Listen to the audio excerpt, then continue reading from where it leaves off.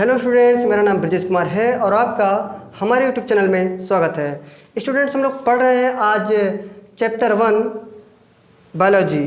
और बायोलॉजी में जो पहला चैप्टर है इसका नाम है जैव प्रक्रम, ठीक है। और इसमें हम आज पार्ट नंबर 4 पढ़ रहे हैं। 3 पार्ट पढ़ चुके हैं और आज अपना है चौथा पार्ट। हम लोग देखेंगे कि जो जीव होते हैं, छोटे जीव और बड़े जीव, सभी जीव अपना अपना भोजन किस प्रकार से करते हैं, क्योंकि सभी जीवों में पाचन की क्रिया होती है, भोजन ग्रहण करने की क्रिया होती है। लेकिन छोटे जीवों में, कीटाणुओं में, सभी में अलग अलग उसका अंतर ग्रहण करने की क्षमता होती है और पाचन करने की जो क्रियाएं होती है सभी का अलग अलग होता है। जैसे मनुष्य में दांत पाए जाते हैं, लेकिन छोटे जीव कैसे भोजन करते हैं, ठीक है। उन सभी के लिए क्या क्या प्रोसेस है, मछली कैसे भोजन करती है ना, तो अमीबा कैसे अपना भोजन करता है। तो सभी छोटे जीव से लेकर बड़े जीव तक में देखेंगे कैसे कैसे भोजन करते हैं, कैसे पचाते हैं, कैसे उसको अपने अंदर लेते हैं। समझ में आया कि नहीं आया? तो भाई सबसे छोटी जीव सबसे पहले हम मानते हैं यही चीज़ कि कौन है, अमीबा। एक कोशिकीय प्राणी कौन है, अमीबा। सबसे छोटा उसी को मानते हैं, क्योंकि उसके बाद ही हमारा शरीर बनता है। और अपने शरीर में कितने करोड़ों अरबों कोशिकाएँ होती हैं और लोग मरते भी हैं इसमें और नए नए बनते भी हैं। सही है। तो हम लोग कितने बहुकोशिकीय प्राणी हैं और एक कोशिकीय में कौन आता है, अमीबा आता है।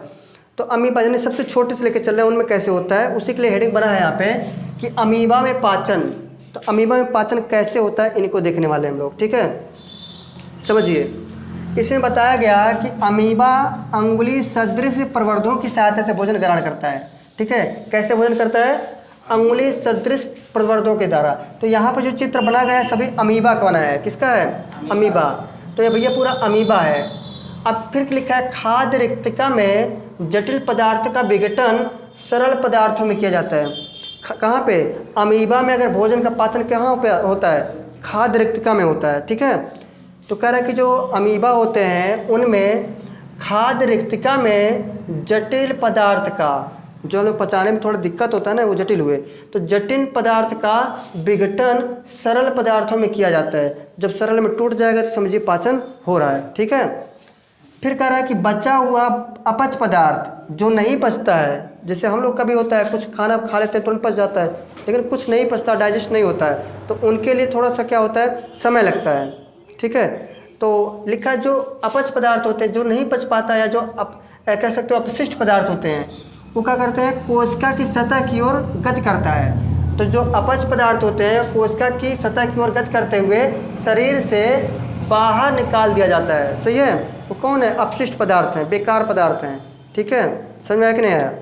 तो अमीबा में कह रहा है कि अमीबा में अंगुली सदृश प्रवर्धों की सहायता से भोजन को ग्रहण किया जाता है। और फिर कह रहा है खाद्य रिक्तिका में, यानी अमीबा में खाद्य रिक्तिका जो पाई जाती है उसी में भोजन का पाचन होता है। तो खाद्य रिक्तिका में जटिल पदार्थ का विघटन किया जाता है, तोड़ा जाता है। उसके बाद सरल पदार्थ में हो जाता है। कुछ तो सरल रूप में हो जाते हैं, टूट जाते हैं, लेकिन जो नहीं टूटते हैं, जो और अधिक नहीं पाचन हो सकता है, वो अपशिष्ट पदार्थ होते हैं। उनको क्या किया जाता है, शरीर से बाहर निकाल दिया जाता है। कैसे, कह रहा है कि ना कि कोशिका की सतह की ओर गति कर देता है वो, और गति करते हुए कहाँ से निकल जाता है, शरीर से बाहर निकल जाता है। तो ये हो गया अमीबा में। सही है। उन्हीं का कुछ चित्र बनाया गया है। तो सबसे पहला प्रोसेस ए नंबर पे लिखा गया है यहाँ पे कि सबसे पहले यहाँ पे कौन है, कोशिका, अमीबा है। बाहर देखा गया कि एक भोजन कण का है, भोजन का कण है। यहाँ पे भोजन का कण इसको दिखा तो क्या करता है, इसको भोजन को कण को ऐसे रहने देता है, और ऐसे है अगर मान लो तो धीरे धीरे इसको क्या करता है, ऐसे बढ़ाते जाता है। तो यहाँ पे जगह मिल गया तो यहाँ पे अपने इसको खींच लेता है। तो देखो अपने आप का, अपने आकार को ऐसे से बढ़ा लिया। तो अब इस धीरे धीरे क्या कर रहा है, इसके अंदर ऐसे ऐसे करके समाहित कर ले रहा है। तो यहाँ पहुँच गया। दूसरे वाले में लिखा कूटपाद भोजन पकड़ते हुए, यानी जो कीट है क्या कर रहे हैं, भोजन पकड़ने जा रहा है, पकड़ते हुए लिखा है इसलिए, ठीक है। तो भोजन को क्या कर रहा है, पकड़ रहा है, ऐसे करके इसको पकड़ रहा है। समझाया। फिर क्या कर रहा है, जब जैसे धीरे धीरे से बिटोर रहा है, और जब पूरा पकड़ा गया तो बंद कर लिया, और बंद करने तो अंदर चला गया। सही ना। तो ऐसे किया ना, अभी ऐसे है। फिर अगले प्रोसेस में क्या है, बी नंबर चित्र है। सी नंबर में देखिए क्या लिखा है, वही जो हमारा अमीबा था वह क्या कर लिया, उसको पूरी तरीके से पकड़ लिया। ये कहाँ चला गया, अंदर चला गया। अब यहाँ पर खाद्य धानी में भोजन का पाचन हो रहा है। खाद्य धानी में क्या हो रहा है, भोजन का पाचन किया जा रहा है। तो यहाँ पे देखिए तीर का सिंबल लगा है कि यहाँ पे क्या कर रहे हैं, भोजन का पाचन कर रहे हैं, ठीक है। अगले में क्या है, भोजन का अवशोषण किया जा रहा है। तो जो सी नंबर है, डी नंबर, इसमें क्या किया जा रहा है, भोजन का अवशोषण किया जा रहा है। तो अब देखिए जो ये भोजन था ये कहाँ पहुँच गया, एकदम सेंटर में पहुँच गया और सभी लोग क्या कर रहे हैं, अपना अपना हिस्सा लेकर जा रहे हैं।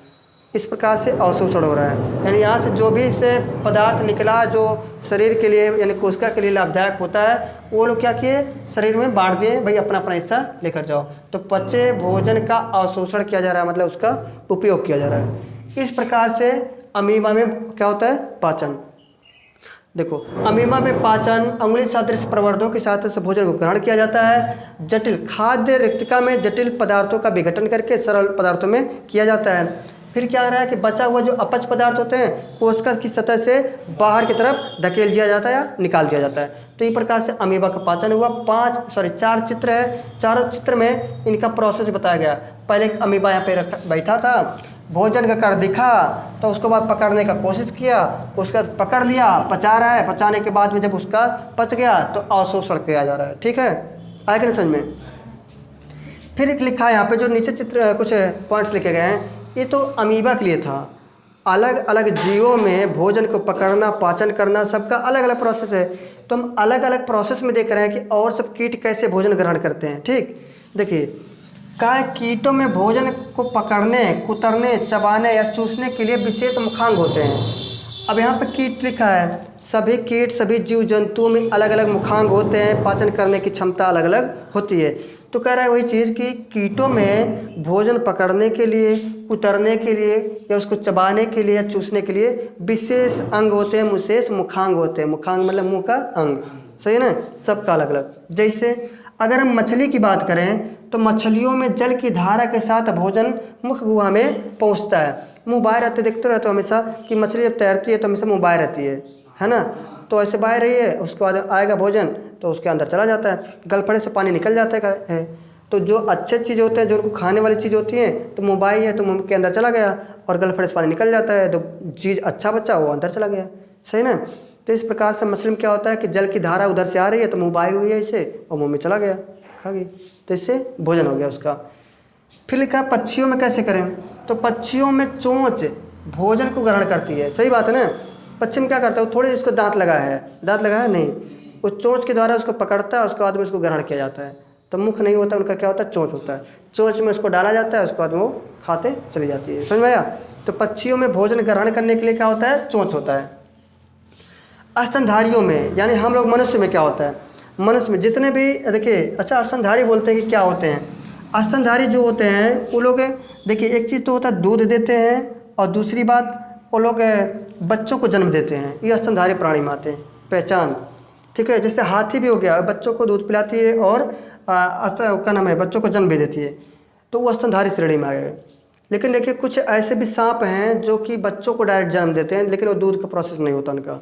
ठीक है, जैसे रसल्स वाइपर, ठीक है, वो क्या करते हैं, बच्चों को जन्म देते हैं, अंडे को जन्म नहीं देते हैं, डायरेक्ट बच्चे को।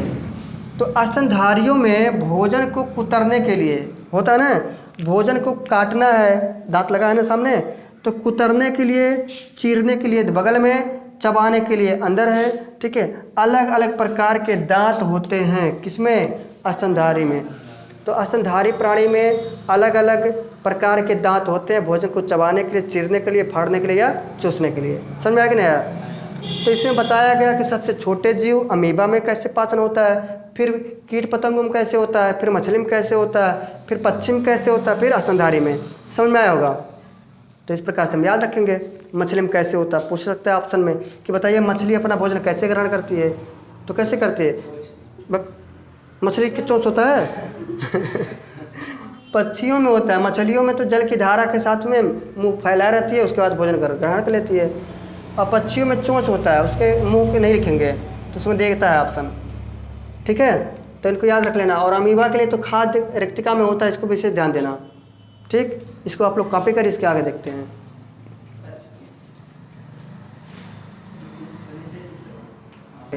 ठीक, तो अभी हम लोग पढ़ने वाले हैं मानव में पोषण।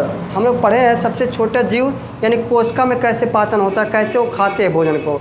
अभी हमको पढ़ना है कि मानव में पोषण कैसे होता है, उनमें पाचन कैसे होता है। ठीक, लिखा गया है कि जटिल व अघुलनशील खाद्य पदार्थों को भौतिक एवं रासायनिक क्रियाओं के द्वारा घुलनशील पदार्थों में बदलने की जो क्रिया है उन्हें हम क्या कह देते हैं, पाचन कह देते हैं। हम भोजन कर लिए तो भोजन के रूप में देखो बहुत प्रकार से हम भोजन करते हैं, जटिल भी होता है, कुछ सरल भी होता है, यानी कुछ को पचाने में कोई दिक्कत नहीं होता है, कुछ को पचाने में समय लगता है, सही ना। तो वही करा जो जटिल है, जिनको समय ज़्यादा लगता है पचाने में, उनकी बात हो रही है, जो जल्दी नहीं पचते हैं। तो वही बात कर रहा है कि जटिल व अघुलनशील पदार्थों को भौतिक रूप से या रासायनिक रूप से उनको घुलनशील क्रियाओं में बदलने की जो क्रिया है उसी को हम क्या कर देंगे, पाचन, यानी भोजन को पचाया जा रहा है। जैसे कटहल वटहल खा लेते हैं, जल्दी नहीं पचता है, पेट में दर्द होता है। कुछ लोग मीट मछली भी खाते हैं, ये सब जटिल श्रेणी में आते हैं, ठीक है। चना भी जटिल श्रेणी में है, जल्दी डाइजेशन नहीं होता है। तो जटिल को सरल में बनाने की जो क्रिया वही पाचन है। पच गया अच्छे से तो पाचन हो गया, नहीं तो नहीं। ये हो गया। अब लेकिन इसे पचता थोड़ी, हम खा लिए तुरंत थोड़ी पच जाता है। अगर कुछ भोजन कर लिए तुरंत थोड़ी पच जाता है। हम खाते हैं तो शरीर के अंदर जैसे भोजन किए तो भोजन हमारे मुंह से ही उसका पाचन होना स्टार्ट हो जाता है और गुदा द्वार तक उसका पाचन होता ही रहता है। भोजन को पचाने में कुछ ये नहीं होता कि खाना खा लिए पानी पी लिए। शरीर के अंदर कुछ उसके लिए इंजीनियर हैं, कुछ मैकेनिक्स हैं, कुछ लगे हैं अपने में, ठीक है। भोजन खाए लग गए, रेंच बोल्ट लेके कस रहे हैं, कुछ पानी डाल रहा है, कुछ उसमें गिट्टी मोरंग बालू सब कुछ चल रहा है, ठीक है। तो ऐसे शरीर के अंदर भी कहीं कम पड़ रहा है तो पानी मिला रहे हैं, कहीं कम पड़ रहा है तो उसमें एंजाइम मिला रहे हैं, ऐसा क्रिया होता है शरीर के अंदर। तो कह रहा है जो पाचक क्रियाओं को उत्तेजित करते हैं तथा चलाते हैं, इन पदार्थों को विकर या एंजाइम्स कहते हैं। जैसे हम खाना खा लिए, अब जो पाचन नहीं हो रहा है तो पाचन को सही रूप से चलाने के लिए कुछ पदार्थ निकलते हैं, जिसे हम क्या बोलते हैं, विकर बोलते हैं, या क्या बोलते हैं, एंजाइम्स का नाम ज़्यादा सुने होंगे। तो इसलिए एंजाइम निकलते हैं जो पचाने में सहायता करते हैं, तो इन्हें हम क्या कह देते हैं, एंजाइम्स। फिर कह रहा है ये एंजाइम्स पाचक रसों में होते हैं। कहाँ होते हैं, पाचक रस में होते हैं। कौन, पाचक एंजाइम, ठीक है, पाचक रस में होते हैं। लेकिन एक के जगह पे एक टाइप का एंजाइम नहीं होता है। शरीर के अंदर हर जगह पे अलग अलग एंजाइम होते हैं। जैसे मुंह में भी कुछ होते हैं, लार ग्रंथियाँ होती है तो भोजन को लेईनुमा बना देती है, ठीक है। और अंदर जाओगे तो कहीं पेप्सिन, कहीं रेनिन, ऐसे टाइप का ढेर सारा एंजाइम मिलता है जो कि अलग अलग अंगों से निकलता है और उसको भोजन को पचाने का काम होता है। सभी का मतलब जितने भी एंजाइम हैं सभी भोजन को पचाने का ही काम करते हैं। तो इनके बारे में डीपली पढ़ेंगे, कौन से अंग से कौन सा पाचन रस निकलता है, कौन सा एंजाइम निकलता है, समझ में आया। फिलहाल यहाँ पे इतना पढ़े हम लोग कि अघुलनशील पदार्थ को भौतिक एवं रासायनिक रूप से घुलनशील पदार्थों में बदलने की जो क्रिया है पाचन कहलाता है, ठीक। फिर बताया गया कि जो पाचन क्रियाओं को उत्तेजित करते हैं या चलाते हैं उन्हीं को हम विकर कहते हैं, या कह देते हैं, एंजाइम कह देते हैं। विकर या एंजाइम कहते हैं। कहाँ गए भैया, मेरा वही गायब हो जाता है। चलो ठीक है, देखो विकर या क्या बोल रहे हैं, इन्हीं को एंजाइम्स कह रहे हैं। और एंजाइम का स्पेलिंग यहाँ पे ध्यान देना, ENZYMS, एंजाइम्स, ठीक है, एंजाइम्स कहते हैं। अगला हेडिंग है कि मनुष्य में पाचन कैसे होता है, मतलब खाना खा लिए हम तो पचेगा कैसे। कुछ स्टेप बता रहे हैं, बाकी स्टेप डिटेल वाला जो है उसको तुम आगे बताएंगे। अगर आ गया ऐसे तुम्हारे उसमें एग्जाम में कि बताइए मनुष्य में पाचन कैसे होता है, तो आप यहाँ से स्टार्ट करके इतना लिख सकते हो, ठीक है। जैसे लिखा गया मनुष्य पाचन, तो मनुष्य में भोजन का पाचन मुख गुहा में ही प्रारंभ हो जाता है, यानी मुंह में खाए तुरंत पाचन स्टार्ट हो गया, क्योंकि में लार ग्रंथियाँ होती हैं उसमें मिलाता है, वहीं से पाचन स्टार्ट हो जाता है, ठीक है। लास्ट में होते होते पूरा पाचन होता है, जो नहीं हो पाता वो शरीर से बाहर निकाल दिया जाता है। लिखा गया मनुष्य में भोजन का पाचन मुख गुहा में ही प्रारंभ हो जाता है, ये पहला पॉइंट। बाद में भोजन आहार नली या आहार नाल, जो कि कहाँ से, मुख गुहा से, यानी मुख से ही गुदादार तक फैली एक लंबी नली होती है। देखो क्या कर रहा है, आहार नाल की बात हो रही है ना, तो आहार नाल कहाँ से, जहाँ से भोजन खाते हैं और जहाँ से निकालते हैं, यहाँ से पूरा स्टेप जितनी बड़ी नली है उसी को हम क्या बोलेंगे, आहार नाल। लिखा है कि खाते हैं, मुख से खाते हैं, बाद में भोजन आहार नाल, जो कि मुख से गुदा तक फैली एक लंबी नली है, से होता हुआ आगे बढ़ता है तथा धीरे धीरे पाचन पचाया जाता है, भोजन को पचाया जाता है, सही है ना। तो इन दोनों के बीच में कितना, यानी मुंह से खाए और उसको बाहर निकालने से पहले बीच में क्या क्या प्रोसेस होता है उनको देखो। कह रहा है विभिन्न क्रियाओं के फलस्वरूप, यानी जब भोजन कर लिए, खा लिए, तो भोजन कैसा हो जाता है, लेय के समान हो जाता है, एकदम लेय हो जाता है, ताकि मुलायम हो जाए, ताकि उसको निगलने में या मतलब अंदर जाने में कोई दिक्कत ना हो, इसलिए लेयनुमा हो जाता है।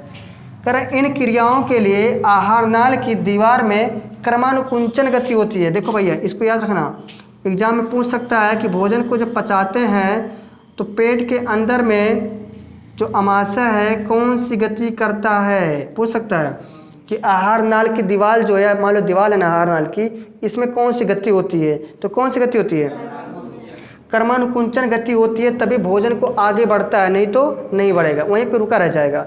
जैसे कभी कभी सांप कुछ खा लेता है तो देखो कैसे करता है, सिकोड़ता फिर आगे बढ़ाता है, फिर सिकोड़ता फिर आगे से बढ़ाता है, तो मुंह की तरफ आता है ना, ऐसे क्रमानुकुंचन गति होती है इसमें। जैसे सांप उसे निकालता है ऐसे इसमें होता है। तो अपना जो पेट में जो आहार नाल है वो ऐसे ऐसे करता है, ऐसे ऐसे करता है तो आगे भेजता जाता है, तो इसी कौन सी गति कहते हैं, क्रमानुकुंचन। कह रहा जो भोजन को आगे बढ़ाती है, क्रमानुकुंचन ना होगी तो भोजन में जो गति है वो गति नहीं आएगी, आगे नहीं बढ़ेगा। तथा अमाशय में इसे पीसती है, जब क्रमानुकुंचन होती है तो भोजन आगे बढ़ता जाता है, पेट में पहुंचेगा तो वहाँ पे भोजन की क्या होगी, पिसाई होगी बढ़िया से। तुम नहीं पीस पाए थे तो भोजन को कौन पीसेगा, पेट पीसेगा। यानी अमाशय को ही पेट कहा जाता है, ध्यान देना, अमाशय जो है उसी को क्या कहा जाता है, पेट। भोजन को पचाने के लिए अलग अलग स्थानों पर विभिन्न प्रकार के क्या पाए जाएंगे, पाचक ग्रंथियां पाई जाएंगी। और पाचक ग्रंथियां क्या निकालती हैं, पाचक ग्रंथियों से जो पाचक रस बनाती हैं, तो पाचक ग्रंथियों से क्या निकलता है, पाचक रस, सही है ना, पाचक ग्रंथियों से ही पाचक रस निकलते हैं। अब ये एंजाइम, अच्छा पाचक रस मतलब वहाँ पे कुछ एंजाइम भी होते हैं, वही बात हो रहा है, पाचक रस की बात हो रही है, जो वो पाचक एंजाइम ही है। अब ये पाचक एंजाइम युक्त पाचक आहार में भेजती हैं, पाचक, अब ये एंजाइम युक्त पाचक रस आहार में भेजती हैं, किसमें भेजेंगी, आहार में, और भोजन का पाचन होता रहता है, ऐसे भेजती रहती हैं और उसमें पाचन होता रहता है। इनके आगे हम पढ़ेंगे कि भोजन में जैसे मान लो कौन से अंग से कौन सा रस निकला, कौन से एंजाइम निकले, ठीक है, और कौन से चीज़ को पचाता है, कहाँ से निकलता है, क्या पचाता है, इनको हम आगे पढ़ेंगे, समझ आया। तो यदि वीडियो अच्छा लगा तो हमारे वीडियो को लाइक करिए, सब्सक्राइब करिए और शेयर करिए। मिलते हैं अगले वीडियो में, तब तक के लिए हंसते रहिए, मुस्कुराते रहिए और पढ़ते रहिए। मिलते हैं, जय हिंद।